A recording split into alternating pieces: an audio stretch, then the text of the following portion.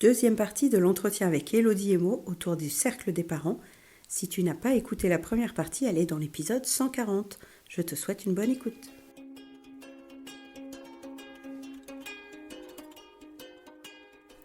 Bonjour, bienvenue sur Les Petits Plus Zen, le podcast pour faciliter et savourer sa vie en famille. Je m'appelle Séverine, je suis facilitatrice en parentalité après avoir été 22 ans professeure des écoles en maternelle REP+. Chaque semaine, je te propose ici des pistes et des thèmes approfondis sur la petite enfance, l'éducation et la communication pour que tu retrouves le plaisir des relations familiales sereines et épanouies. Une de mes missions est de t'aider à mieux comprendre et apaiser les émotions de chacun pour installer un équilibre entre tes besoins personnels et ceux de ta famille et enfin retrouver du temps pour toi. Je te partagerai aussi mon expérience en classe de maternelle, des découvertes apprises en formation et des outils inédits et actionnables facilement que j'ai créés au fil du temps à l'école et à la maison. Pour ne manquer aucun épisode, abonne-toi s'il te plaît sur ton application de podcast préférée et participe généreusement à la diffusion de mon travail en laissant un avis et une note de 5 étoiles. Pour plus de contenu, d'inspiration et de motivation, retrouve-moi aussi sur Instagram, Facebook et Clubhouse sous le nom Les Petits Plus Zen. Sur ce, je te souhaite une belle écoute.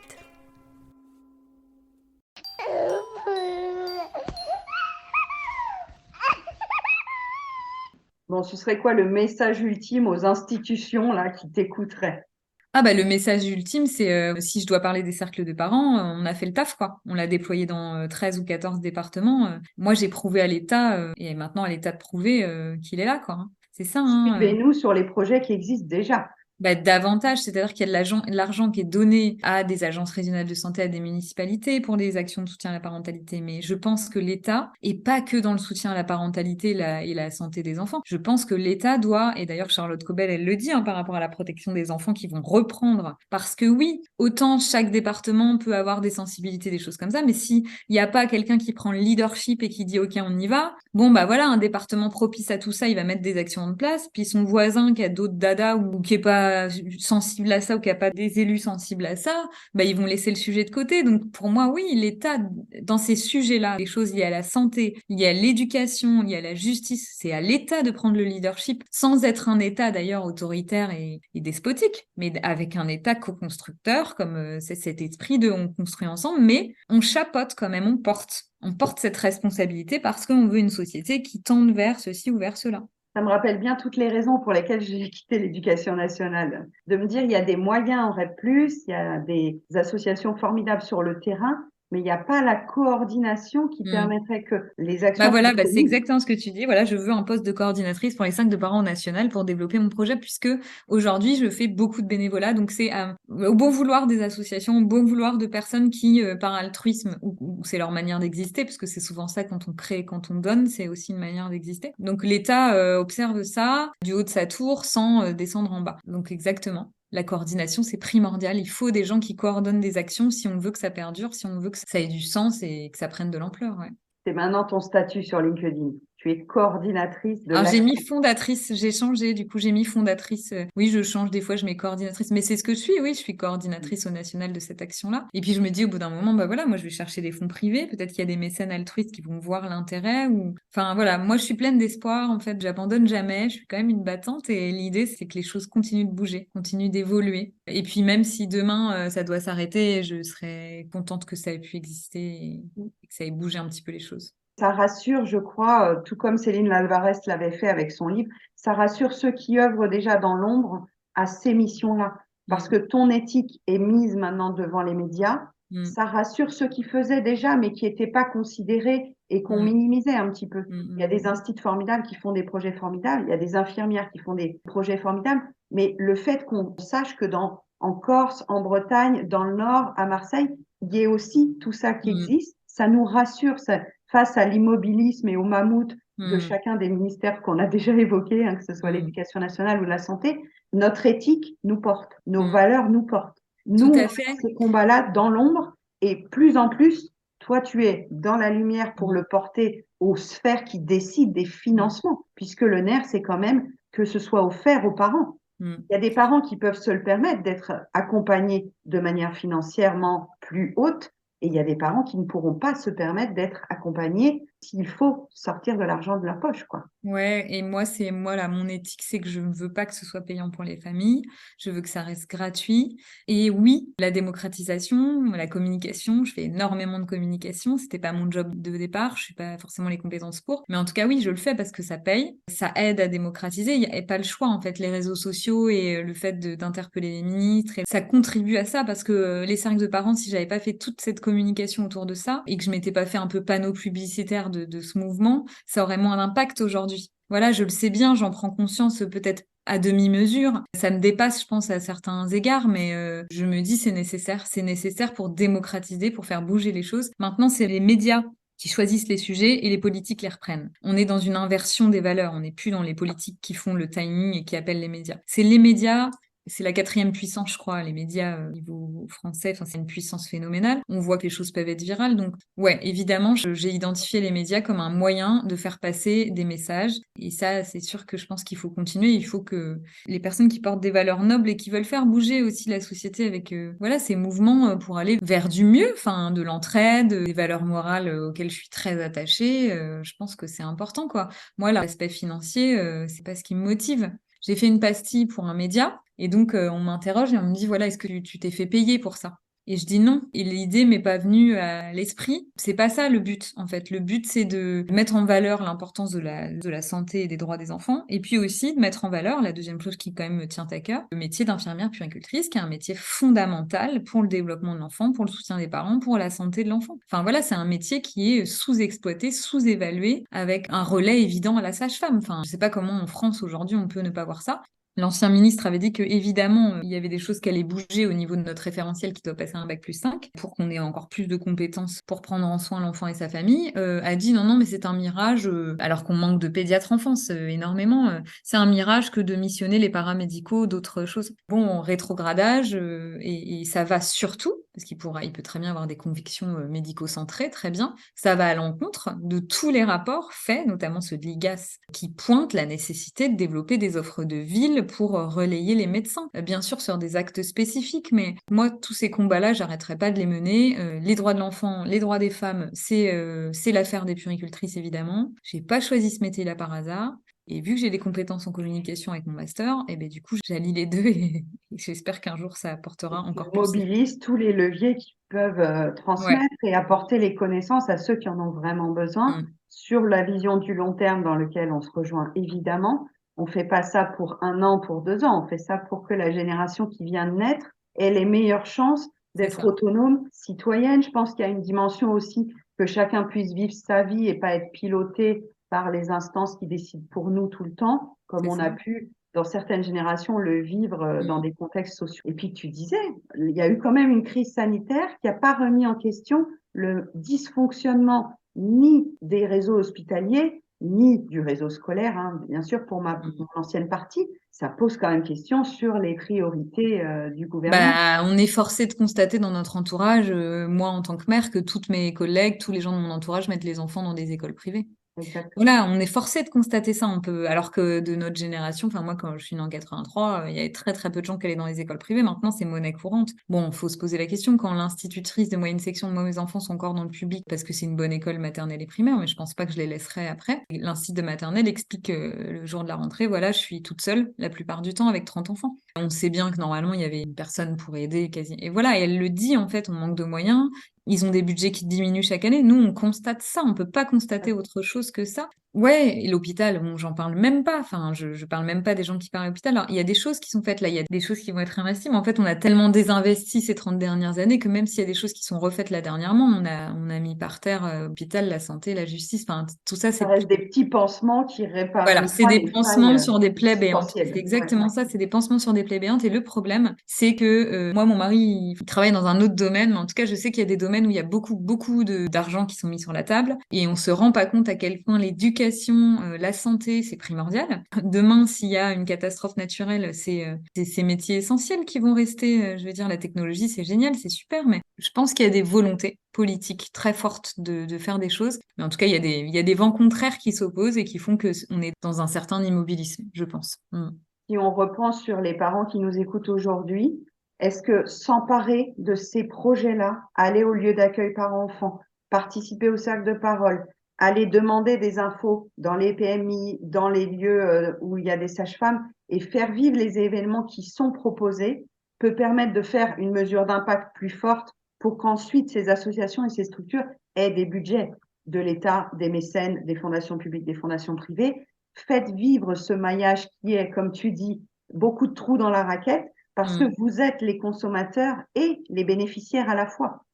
Et que maintenant, tout marche par avis Google et tout marche par questionnaire de satisfaction. Vous êtes aussi des acteurs qui peuvent renforcer le cercle de parents pour ton action, avis aussi, tout ce qui est mis en place, prenez-le. Parce que sinon, les décideurs et les financeurs disent, bah, ça n'intéresse pas, il n'y a pas de besoin. Bah, puis certains, alors ils savent pas qu'ils attendent que ça, mais ils se fient qu'à ça, quoi. Ils voient pas toute la difficulté qu'il y a de mettre une action en place, d'attendre que ça marche, de faire de la sensibilisation, de faire de la communication. Parce que moi, j'ai mis une énergie folle. Ça a marché vite parce que j'ai passé mes jours et mes nuits à ce que ça marche. Mais des fois, il y a besoin de temps, en fait. Et donc, les financements sont d'une année sur l'autre très bien, mais il faut plus de temps. C'est ça le problème, en fait. C'est ça le problème, c'est que c'est des budgets d'une année sur l'autre. C'est pas des budgets pérennes et c'est là où il n'y a pas de moyen de dire, OK, on fait un projet sur 5 ans, on investit, on place une coordinatrice, on développe le truc. C'est là où il n'y a pas, pour moi, de vraie volonté. Et aussi bien au démarrage, si je prends les 5 de parents, on pouvait dire, OK, on attend de voir. Les preuves, elles sont là, elles sont faites, c'est développé, ça a été mis en place. Enfin, il n'y a plus rien, on n'a plus rien à prouver, à part des articles scientifiques à faire et en effet des mesures d'impact, mais il faudrait de l'argent pour ça. On sait bien qu'il n'y a plus rien à prouver. Donc moi aujourd'hui, j'attends rien. Je n'attendrai pas patiemment que les choses bougent parce que ça bougera pas. Ce que j'ai compris, et je pense que c'est comme ça pour beaucoup de choses dans la vie, quand on veut quelque chose, il faut aller le chercher, il faut se bouger, se donner les moyens pour. Et puis voilà, si ça marche pas, on n'aura aucun regret. C'est ma posture aujourd'hui. Et oui, les parents sont des alliés de poids. C'est eux qui font émerger le besoin. C'est eux qui participent. C'est eux qui font vivre. C'est eux qui acceptent d'être pris en photo pour dire OK, c'est normal, on est des parents juste lambda et on est mis au cercle des parents. Et cette idée de les prendre en photo, c'est aussi de démocratiser. OK, c'est normal. C'est normal et dans certains pays, c'est je sors de la matière et je sais tout de suite qui a ça. Et c'est pareil pour la PMI. C'est pour ça que je me place pas du tout en opposition de la PMI. Je me place vraiment en collaboration. Il y a des PMI et des départements avec lesquels on bosse super bien. D'autres avec qui c'est plus difficile parce que je pense qu'il y a des personnes, et je le dis haut et fort là, je pense qu'il y a des vraies guerres d'ego. Je pense qu'il y a des vrais professionnels de santé qui ont des problèmes et qui ne voient pas l'intérêt des familles mais qui voient leurs propres intérêts ou les intérêts institutionnels. Et ça, c'est dommageable pour la santé des populations. On doit voir l'intérêt des familles avant de voir ses propres intérêts. Voilà, il y a des départements qui le comprennent super bien, qui sont hyper ouverts à ça. Et il y a d'autres départements, malheureusement, avec des gens peut-être d'une autre génération, qui n'arrivent pas à ouvrir et qui ont peur du changement. Hein. Voilà, l'être humain, il est comme ça, quand ça bouge, quand ça change, j'ai peur, je me fige, ou je fuis, ou j'attaque. Bon, bref, ça finira par bouger quoi qu'il arrive, parce que de toute façon, c'est comme ça, la société, elle évolue, elle va pas rester figée. Mais en tout cas, moi, j'ai vraiment à cœur de défendre, évidemment, la PMI. Mais de dire qu'elle ne suffit pas, qu'il n'y a que 15% des familles aujourd'hui qui vont en PMI, 20% peut-être même, mais du coup, il y a un besoin, comme il y a besoin de sages-femmes en PMI, il y a besoin d'une offre libérale remboursée et gratuite. Quand on avance avec les mamans que j'accompagne, on arrive à toucher du point cette honte à demander de l'aide, ce courage qu'il faut de participer à des actions sans avoir peur d'être jugé. Tu en as parlé tout à l'heure, aller vers des thérapeutes et des professionnels et des spécialistes qui sont dans une optique de grandir à vos côtés et de pas vous dire quoi faire et de pas vous rediriger vers tu devrais, ah, c'est pas bien ce que tu fais. Le côté jugeant, honte, culpabilité qu'on porte depuis des années de patriarcat est forcément un constat, mais peut se dépasser avec du relais, avec de l'écoute active, avec des gens autour de vous, autour de nous, qui font ces petites parts de colibri et qui posent ces petites pierres. Au-delà du ressenti de je n'y arrive pas, je suis nulle, je devrais pas faire ça, je suis une mauvaise mère, il y a ce côté on peut faire autrement, des outils existent. Faites le tout petit pas, comme on disait avec Laurette, d'aller dans une des actions qui sont autour de vous. Qu'est-ce que tu dirais à un parent qui n'ose pas encore s'ouvrir à ce type de projet? Par exemple, un cercle de parents.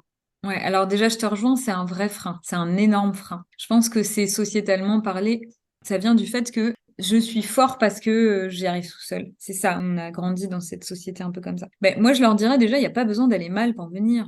En fait, c'est la première des choses. C'est pas, on vient pas parce qu'on va mal. Enfin, pas forcément en tout cas. On peut venir parce qu'on va bien, qu'on a envie d'échanger, qu'on a envie. Faut changer cette image de, OK, je vais pas très bien, j'y arrive pas très bien, donc je viens. Non, je vais très bien. je suis hyper au clair avec ce que je fais de bien, puis peut-être ce que je gère un peu moins bien. J'ai envie. C'est une vraie force, en fait, d'identifier qu'on peut avoir besoin de quelque chose. Je leur dirais, mais vous êtes super fort de venir. N'attendez pas d'avoir des difficultés pour venir. C'est de la prévention. Donc, la prévention, ça veut dire qu'on vient quand tout va à peu près bien. Évidemment, pour les parents qui vont moins bien, bah, venez parce que je vais vous donner plein d'outils, plein de ressources. Enfin, moi et les puéricultrices de France qui menons ce projet. Et bon, malgré tout, dans les orientations, j'ai quand même des orientations de parents qui ont des questions, qui ont des difficultés, tout ça. Et moi, j'aimerais bien avoir des parents avec des tout petits bébés qui vont enfin, qui vont bien, qui sont fatigués, mais qui vont super bien, avant qu'il y ait des choses qui aillent bien ou pas bien, pour qu'ils sachent que ça existe. Donc, c'est ça que je dirais. S'il y a des parents de tout petits bébés, mais ben, faites-le à deux avec votre conjoint, vos conjoints, pour vivre une expérience sympa. D'ailleurs, les Au cercles de pire, vous parents. passez un super moment. Mais voilà, et vous allez repartir avec des choses en plus, pas des choses en moins. C'était l'intention au début, hein, des dispositifs de moins de 3 ans, c'était de familiariser le tout petit et sa famille à quoi sert l'école, qu'est-ce que la maternelle. Ce n'est pas une garderie.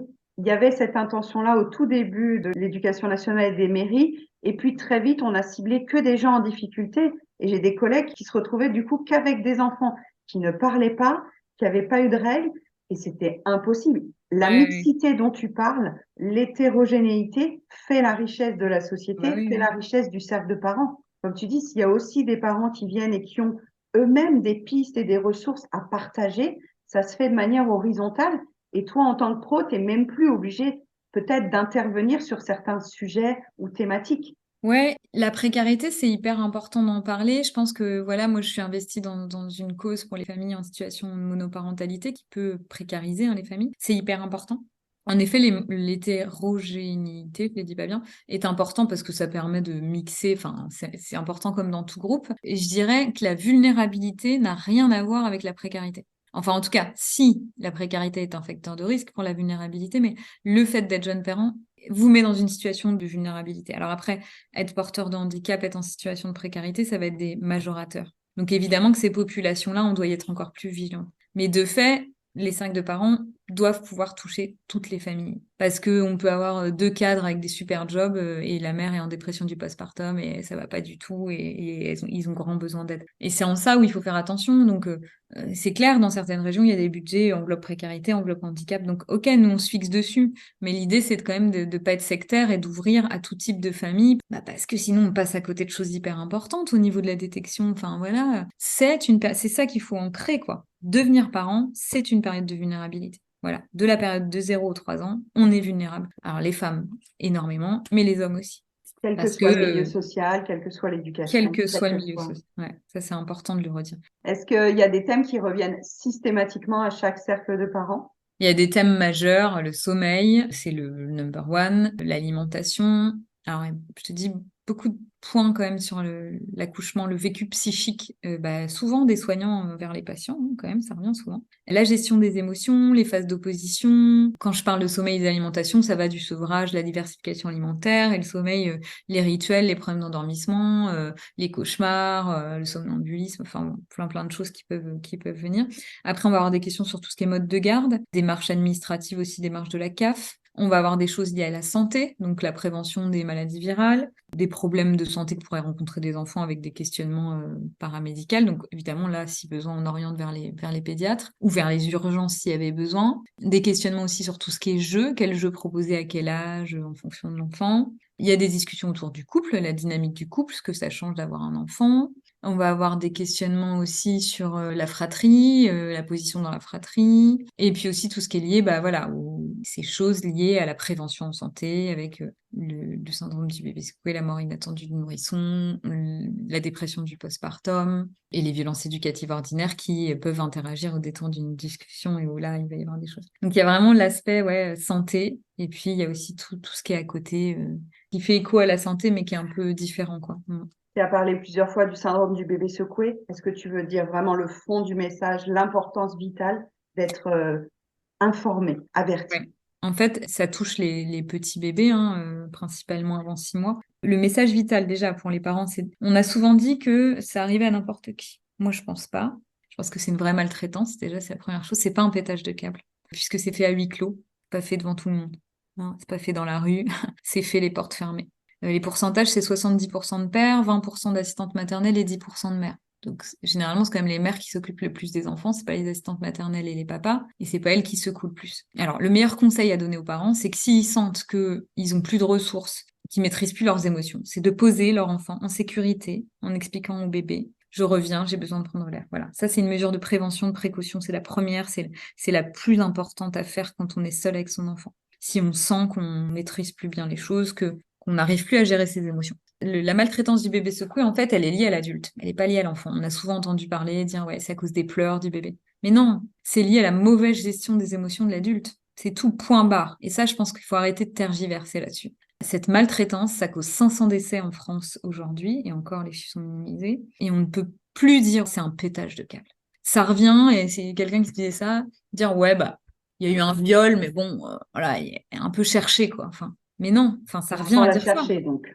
Voilà, on l'a cherché, enfin, elle avait une joue un peu courte, ça a provoqué. Et en fait, dire que c'est à cause des pleurs de l'enfant que l'adulte secoue, ça revient à dire que c'est l'enfant qui provoque l'adulte. Oui. Il faut changer d'angle de vue, il faut changer de paradigme. Non, non, ce n'est pas lié à l'enfant, c'est lié à l'adulte et à ce qu'il est lui et à sa mauvaise gestion des émotions. Et c'est comme ça qu'il faut prendre les choses, je pense, pour que ça bouge et qu'on change d'angle de vue. Et c'est valable pour toutes les maltraitances. C'est l'adulte, quoi qu'il se passe, qui doit maîtriser, qui doit être garant. C'est à l'adulte de faire ça, pas à un nouveau-né qui a un cerveau bien moins développé qu'un adulte. Et c'est valable pour les violences sexuelles, c'est valable pour les violences physiques, c'est valable pour les violences morales. Voilà ce que je veux dire. Et que si ça se fait à huis clos, c'est que ça a bien une raison. Hein. Si ça se fait une fois porte fermée, c'est que, voilà, une non-maîtrise des émotions, on choisit pas vraiment où ça se passe. Donc, je pense que c'est vraiment quelque chose de violent et non. J'ai longtemps dit, quand j'étais en PMI, j'ai longtemps eu ce discours-là, hein, parce que j'étais pas informée, que ça pouvait arriver, que j'avais ce discours-là avec les assistantes maternelles en leur donnant des mesures de précaution. Bah, j'avais pas les bonnes infos, j'avais pas le bon angle de vue, et maintenant je dirais plus ça. Non, ça n'arrive pas à n'importe qui. Non. Et ça ouvre Bah, tout le tiroir de qu'est-ce qu'on fait pour que les adultes puissent enfin réguler les émotions qu'on ne leur a jamais appris à faire quand ils étaient enfants, eh parce ben, que leurs parents, parce que chaîne d'héritage générationnel. Les auditeurs du podcast sont très sensibilisés à ça. Il y a plein d'épisodes qui parlent de ça, le 74 et tout. mm, Mais nous, on va pas refaire le monde de ce qui s'est passé avec nos parents ou les parents des autres. Par contre, on peut se prendre en main et aller voir comment fonctionne notre système émotionnel, exactement. comment on peut Le système. apprivoiser nos flammes d'émotions. Moi, j'ai un outil qui s'appelle la cheminée des émotions et c'est à nous de le faire. Si on peut le faire avant d'être parent, ce serait bien, mais souvent on le découvre aux 2 ans de l'enfant quand c'est impossible de comprendre pourquoi il se roule par terre pour un yaourt qui est mal ouvert et que tu as enlevé l'opercule. Et nous, on vrille parce que nous, on n'a pas été accueillis quand Mais on bien était sûr, enfant. ça nous renvoie à nos propres failles. Et les enfants, ils ont 4 besoins fondamentaux. Enfin, 4 besoins, ils en ont pas. Mais en tout cas, l'autonomie, c'est un besoin hyper important pour eux. Le besoin de réassurance aussi, manger, dormir. Enfin, ils ont des besoins. Et si ces besoins-là sont pas satisfaits, en effet, il y a des émotions non régulées. Mais je suis tout à fait d'accord avec toi. Puis tu apprends à te connaître toi-même. Et donc, une des missions d'Avi, c'est de former les pros de santé, déjà. Et les parents et les sensibiliser, en effet, à leur propre système aussi d'attachement, puisque ton système d'attachement s'active quand tu es en situation de stress. On s'énerve pas si tout va à peu près bien. Généralement, on a une journée difficile, on a une collègue qui nous a fait suer ou un désagrément sur la route, on arrive et nos enfants là, qui ont une dure journée, qui n'arrivent pas à maîtriser leurs émotions, viennent réactiver ça. Et du coup, nous, vu qu'on a une autre contrariété, généralement, hop, on maîtrise plus rien et on se défoule un peu. Donc ouais. Après, je veux bien, ça m'intéresse la cheminée des émotions, de voir ton outil. Je suis, Je te ferai un petit récap si tu veux. Mais ouais, je veux l'idée, bien, c'est qu'on j'aime est bien. déclenché par des choses extérieures, mais qui Mm. résonnent avec une braise Bah, liée à c'est ça. l'attachement, liée Mm. au système nerveux, à la théorie Mm. polyvagale. Et que si on ne va pas voir ce qui se passe dans notre cheminée d'adulte, on ne comprendra pas comment agir sans nommer responsable l'enfant, le mari, le patron, la belle-mère, C'est le ça. ministre. Et pendant des années, je rendais les autres responsables de mes propres flammes, sans voir C'est que ça, c'est j'étais cool. inconsciente de ce fonctionnement interne. Mm. Donc, ça fait un petit refresh pour ceux qui veulent et j'en parle dans l'épisode 9 et 10 aussi. Ouais, non, mais c'est hyper intéressant. Je pense que plus on apprend à se connaître soi-même et puis plus on a d'empathie pour les autres aussi après, envers ses propres enfants. Et ces méthodes-là, elles marchent aussi dans le couple. C'est-à-dire que Exactement. chaque couple, enfin voilà, on choisit pas par hasard, hein, on a des failles généralement qui sont un peu miroirs. Et donc plus on se connaît soi-même, plus on peut dire, ok, là, ça va réactiver quelque chose chez l'autre. Je le sais, j'ai déjà expérimenté. Je vais pas faire ceci ou je vais pas faire cela. Après, c'est une question de respect aussi. Mais je pense qu'avec les enfants, ce qui doit changer, c'est le respect qu'on a pour eux. Et de pas considérer que parce qu'on est plus fort et cognitivement, qu'on a le cerveau plus développé, qu'on a beaucoup plus de droits. Ils ont autant de droits que nous. C'est là où il y a encore du chemin à faire. Et je le dis très raisonnablement. Et je pense que affectivement, je suis pas encore totalement ancrée avec ça parce que j'ai eu un type d'éducation avec l'adulte commande, l'enfant obéit. Voilà, c'est tout. On a tous été éduqués comme ça. Donc, ça va prendre, je pense, plusieurs générations. Oui, c'est pour ça que finalement, l'enfant, je n'ai plus besoin de voir les enfants. C'est la discussion avec le parent qui est beaucoup plus impactante Mm. et essentielle que de définir votre Ah enfant oui. a fait ceci. Mais qu'est-ce que ça fait chez vous quand il fait ça? Sur quoi ça Mm. vient appuyer comme difficulté, Mm, comme mm. cicatrice, comme Ouais, c'est braise? ça. Et Mm, mm. est-ce que là, pour repartir sur les parents qui nous écoutent et qui se diraient, mon postpartum, c'est vrai que c'est très explosif. Quelles petites pistes, peut-être 3 ou 4 pistes pour mieux vivre le postpartum en famille avec l'enfant ou de soi à soi sur le domaine que tu préfères aborder maintenant? Alors, moi, je dirais que déjà, s'il y a un couple, si c'est deux femmes, deux hommes ou un homme et une femme, il y a cette force d'être à deux et de communiquer et d'essayer de, dès le démarrage, de se dire, c'est pas simple. Alors, pour les femmes, peut-être de se dire, parce que c'est pas facile. Dans un couple hétérosexuel, ce qui se passe souvent quand même, c'est que la femme prend le lead, elle est plus avec le bébé parce que le papa reprend le travail très vite et donc il y a ce gap, ce fossé qui se crée à une vitesse monstre. C'est dès tout petite parler et de dire, peut-être au conjoint, je sais pas mieux faire que toi. Ça, c'est important de leur dire parce que je pense qu'ils pensent souvent qu'on sait mieux faire qu'eux. Et donc, bon, certains, en tout cas, se disent, bah, moi, je sais pas trop faire, je laisse la place. Et après, ça crée des animosités et surtout des surresponsabilisations et des grosses fatigues chez la femme. Donc, il faut leur dire ça, je sais pas. Et ça, c'est vrai que c'est une manière très directe de parler, de dire, en fait, je sais pas mieux faire que toi. Et même si tu as l'impression que je sais mieux faire que toi, ou que même moi, là, je suis en train de me convaincre, bah, du coup, vu que je suis beaucoup avec le bébé et que je sais mieux faire que toi, j'ai besoin qu'on soit une équipe. J'ai besoin qu'on soit un binôme. Et plus tu vas faire des soins au bébé, plus tu vas être compétent. Parce que le lien se crée quand je prends soin de l'autre. Ça, c'est une chose hyper importante, c'est de communiquer autour de l'équipe et de l'équilibre de, OK, on a l'un et l'autre les mêmes besoins, on est deux êtres humains, on a besoin de souffler, on a besoin de s'aérer, on a besoin d'avoir du temps pour soi. Et un nouveau-né, ça prend beaucoup, beaucoup de temps et d'espace puisqu'il est totalement dépendant et vulnérable. Et si on n'a pas conscience de ça tout de suite, l'un ou l'autre va prendre le lead, va prendre les responsabilités et ça va créer une grosse fatigue chez l'un, une impuissance et une incompétence chez l'autre et des conflits. Donc ça, c'est le premier conseil. Ayez conscience de ça dès le début, de communiquer et de parler. Et je pense qu'en plus, la force qu'il y a peut-être par rapport à il y a 5 ou 10 ans, c'est que les jeunes papas sont sensibilisés plus qu'avant. Ils savent ça. Et donc, il y a peut-être moins de chances pour qu'il y ait des braquages. Ouais, mais j'ai pas envie. Enfin, voilà. Il y en a pas mal qui vont être ouverts à ça et s'ouvrir à ça. La deuxième chose, c'est, je dirais, quand il y a des relais, faire appel aux relais. Des relais de confiance. Il faut avoir des relais de confiance, évidemment, familiaux ou amicaux, mais peut-être rechercher ou réfléchir à des solutions de soupape pour souffler. Parce qu'on en a besoin, on ne devient pas parent seul. Et s'il n'y a pas de relais familiaux, amicaux, d'aller regarder justement tout ce qu'il peut y avoir dans l'entourage, dans la région. Donc il y a une carte maintenant qui s'appelle le sel dans le café, puis il y en a une autre qui va s'appeler Postpartum qui va émerger là, qui pointe tous les endroits ressources potentielles pour les jeunes parents, pour les jeunes mamans et jeunes parents. Le club poussette, s'il y a un club poussette, les 5 de parents, s'il y a des 5 de parents, les PMI, s'il y a des PMI, enfin voilà. Je pense que ça peut être pas mal de lister un peu les ressources et de se dire, ça c'est un bon conseil, de se dire, c'est normal, je suis jeune parent, c'est une période comme l'adolescence de mouvement. C'est une période que je dois traverser avec d'autres gens. C'est hyper normal. Il n'y a rien, il n'y a pas de problème. C'est comme si je vais voir mon médecin pour les vaccinations. C'est la même chose. Ça, c'est le deuxième conseil que je donnerais aux parents. Et le troisième, c'est faites-vous confiance. Écoutez-vous un maximum. Vous allez rencontrer des tas de gens qui vont vous donner 4 conseils. Tu devrais, tu devrais, tu devrais. Écoutez-vous, écoutez et portez vos messages. Les réseaux sociaux aident à cette démocratisation par rapport aux autres générations, aux voisins, aux voisines, aux grands-parents.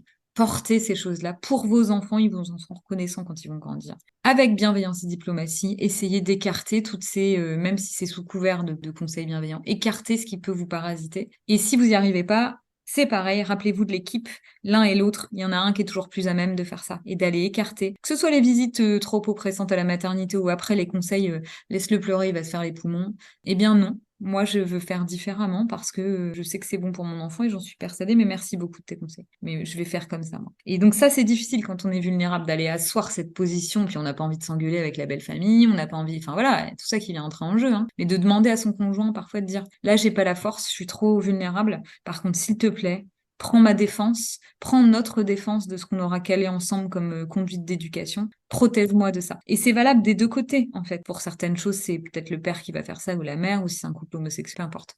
Donc voilà les 3 conseils que je donnerais. Se faire confiance, s'écouter, demander du relais, de l'aide, et puis essayer de former cette équipe à 2 si on est 2.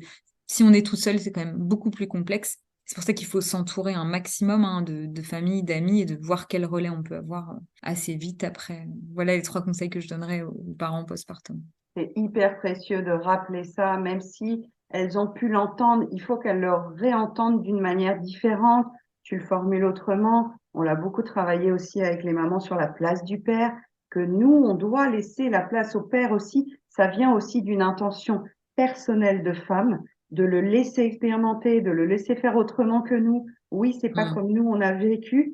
Et donc, ça crée un inconfort. Mais s'il prend sa place dès le début, il se sentira compétent, comme tu l'as dit, il prendra plus de place, de projets, d'initiatives, et donc le fossé ne se creusera plus. Il n'y aura plus cette dette de je sais faire mieux que toi, pourquoi tu le fais pas? Parce que la confiance, elle continue dans le couple aussi, en parallèle du développement. Ouais, alors après, je mettrais un petit bémol dans le sens où, vu que le père reprend le travail, c'est là que le fossé se crée. Parce que je pense que les 15 premiers jours, enfin, moi j'ai eu 15 jours, il n'y a pas ce fossé. Et le papa, il fait l'échange. Moi, je me rappelle au tout début, pourtant j'étais puère, c'est lui qui avait coupé les ongles la première fois, ma fille, parce que je me sentais pas, quoi, bizarrement. Mais ça s'est perdu. Ça s'est perdu parce que c'était moi après qui était là. C'est ça qui est dur. C'est pas le père, il a eu sa journée de travail, ou le parent qui est pas en congé.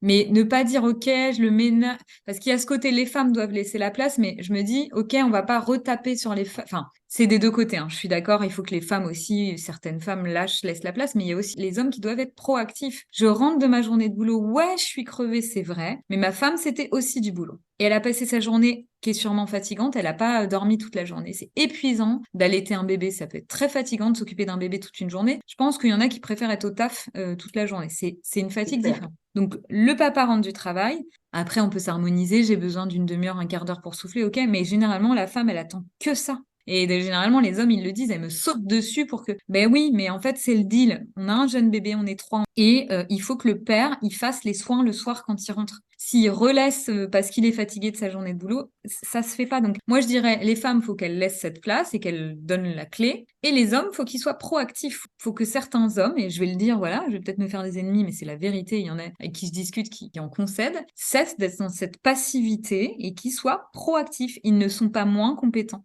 Donc, dès le début. Et je pense que ce fossé se créera pas si les hommes, le soir, rentrent et bim, ils s'y mettent. Et il y en a de plus en plus qui s'y mettent. Voilà ce que je dirais. Oui, les femmes doivent laisser, mais les femmes, elles sont fatiguées, elles ont les hormones dans les chaussettes, elles viennent d'accoucher, elles ont une opération parfois, des fois même avec les césariennes. Donc, c'est pas à la personne la plus vulnérable et la plus affaiblie de refaire l'effort d'eux. Elle peut en faire évidemment, mais je dirais qu'il y a aussi ce côté, du côté des hommes, il faut se mobiliser, quoi. Et faire Tu sais bouger que les ce lignes. passage-là, elles vont le faire écouter à leur Et mari. très bien. Bon, je vais Au pas avoir moins de père au cercle.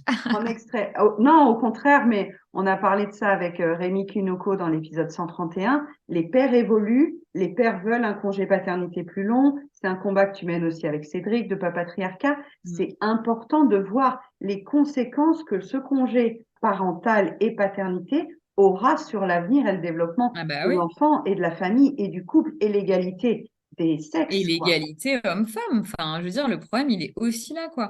Et très simplement, ils vont créer des relations géniales avec leurs enfants. Ils auront d'autres relations qu'ils ont eues avec leur père pour ceux qui ont eu des pères qui sont pas beaucoup occupés d'eux. Donc, c'est ça toute la richesse. De toute façon, c'est riche pour tout le monde, pour les enfants et pour leurs parents, et hommes et femmes. Alors, je pense que les femmes vont gagner un peu en confort, on va pas se mentir, parce qu'il y a un déséquilibre évident aujourd'hui, et j'ai plein de copains hommes qui s'investissent dans ces causes-là et qui se battent aussi pour ça, parce qu'ils l'observent. Les hommes vont perdre en confort de liberté, mais ils vont gagner en confort de relation. Le lien avec l'enfant qui est aussi bon pour le père que pour Bah, bien l'enfant. sûr, bah, Mm. bien sûr. Alors, on a abordé tellement de sujets, Elodie. Merci vraiment pour ton temps. Comment te contacter pour celles qui veulent en savoir plus? Alors, vous pouvez me contacter. Donc, sur LinkedIn, il y a Elodie Emo, mon profil professionnel. Et puis, sur la page Instagram, vous avez une page Instagram, Les Cercles de Parents. Vous avez plein d'infos et vous pouvez me contacter en message personnel si vous avez des questions, si vous voulez savoir si ça a lieu dans votre région, comment ça se passe, des détails complémentaires. Voilà. C'est la page Instagram, Les Cercles de Parents. Et après, il y a aussi une page Facebook, Les Cercles de Parents, et ma page personnelle, Elodie Emo, sur Facebook également. Donc, voilà, pas mal de possibilités de nous joindre. Quelle est l'actu là, 2024? 13 départements aujourd'hui, on va sûrement passer à 14 ou 15. Mhm. Donc des budgets renouvelés dans beaucoup de départements pour 2024. Donc on continue l'aventure et on continue d'y croire et de se battre pour améliorer le quotidien des jeunes parents. Ouais. Génial. En tout cas, félicitations d'avoir tenu, de ne rien avoir lâché, tellement c'est précieux. Et pour toi, hein, ta mission perso, et puis pour toutes les familles à qui ça va bénéficier, c'est une richesse dont j'espère les politiciens et les élus vont se saisir le plus rapidement possible. On note que normalement, hein, il y a une petite ligne dans chaque mairie qui doit favoriser des actions en direction des parents et des familles. On espère que de plus en plus de mairies vont le faire. Sur quel petit mot de la fin tu voudrais conclure? Mais déjà, je voudrais te remercier de m'avoir donné la parole, puisque c'est très riche pour moi. Je suis contente de voir qu'on a des valeurs communes et qu'on œuvre dans le même sens. Et puis, je voudrais rebondir sur le mot richesse. La richesse, la vraie richesse de l'être humain, c'est de créer du lien. Et en fait, le fond de tous ces projets, c'est ça, c'est créer du lien entre les êtres humains, créer de la valeur, changer un peu la société et favoriser l'entraide. Et c'est des valeurs dont on va avoir de plus en plus besoin. On le sait, le monde évolue. Donc je dirais ça, c'est ça. La richesse, elle peut se voir différemment en fonction de quel côté on se place de la pièce. Et moi, la richesse, j'ai décidé de la voir sous cet angle-là. Je me nourris des rencontres que je fais. Et c'est une richesse, comme tu as dit, ce projet pour les familles, mais ça l'est aussi également pour moi. Moi, en tout cas, je suis vraiment ravie de voir des têtes d'affiches de projets qui soient dans la lumière. Je suis très contente. Je te souhaite vraiment une longue exposition aux médias, comme tu l'as dit, parce que les médias font les décisions politiques. Donc, je te souhaite plein d'interviews, plein de Merci médias, plein de beaucoup, capsules merci sur beaucoup. tous les journaux. Suivez Élodie, bien sûr, sur ses missions. Allez-y dès que vous pouvez. Si vous avez des jeunes parents autour de vous, conseillez-leur. Donnez peut-être même la carte du lieu d'accueil par enfant, de la PMI et tout ça. On conseille peut-être à ceux qui nous écoutent et qui ne sont pas dans ce monde de la petite enfance d'en parler autour d'eux aussi, parce que même si on n'a pas d'enfant, on peut être un relais d'information très puissant. Tout à fait. Merci beaucoup, Élodie. À très Merci à bientôt. toi. À bientôt. Au revoir. Merci d'avoir écouté cet épisode. Tu peux retrouver les thèmes et les épisodes précédents aussi sur lppzen.com/lepodcast. Pour soutenir mon travail, je t'invite à noter, commenter et partager le podcast, notamment sur ton application préférée, comme Apple Podcast par exemple. Ton soutien est important pour moi pour permettre à d'autres parents de retrouver la sérénité en famille. On se retrouve pour un prochain épisode très bientôt et en attendant, prends bien soin de ta cheminée des émotions et de ton arc-en-ciel des besoins. À très vite.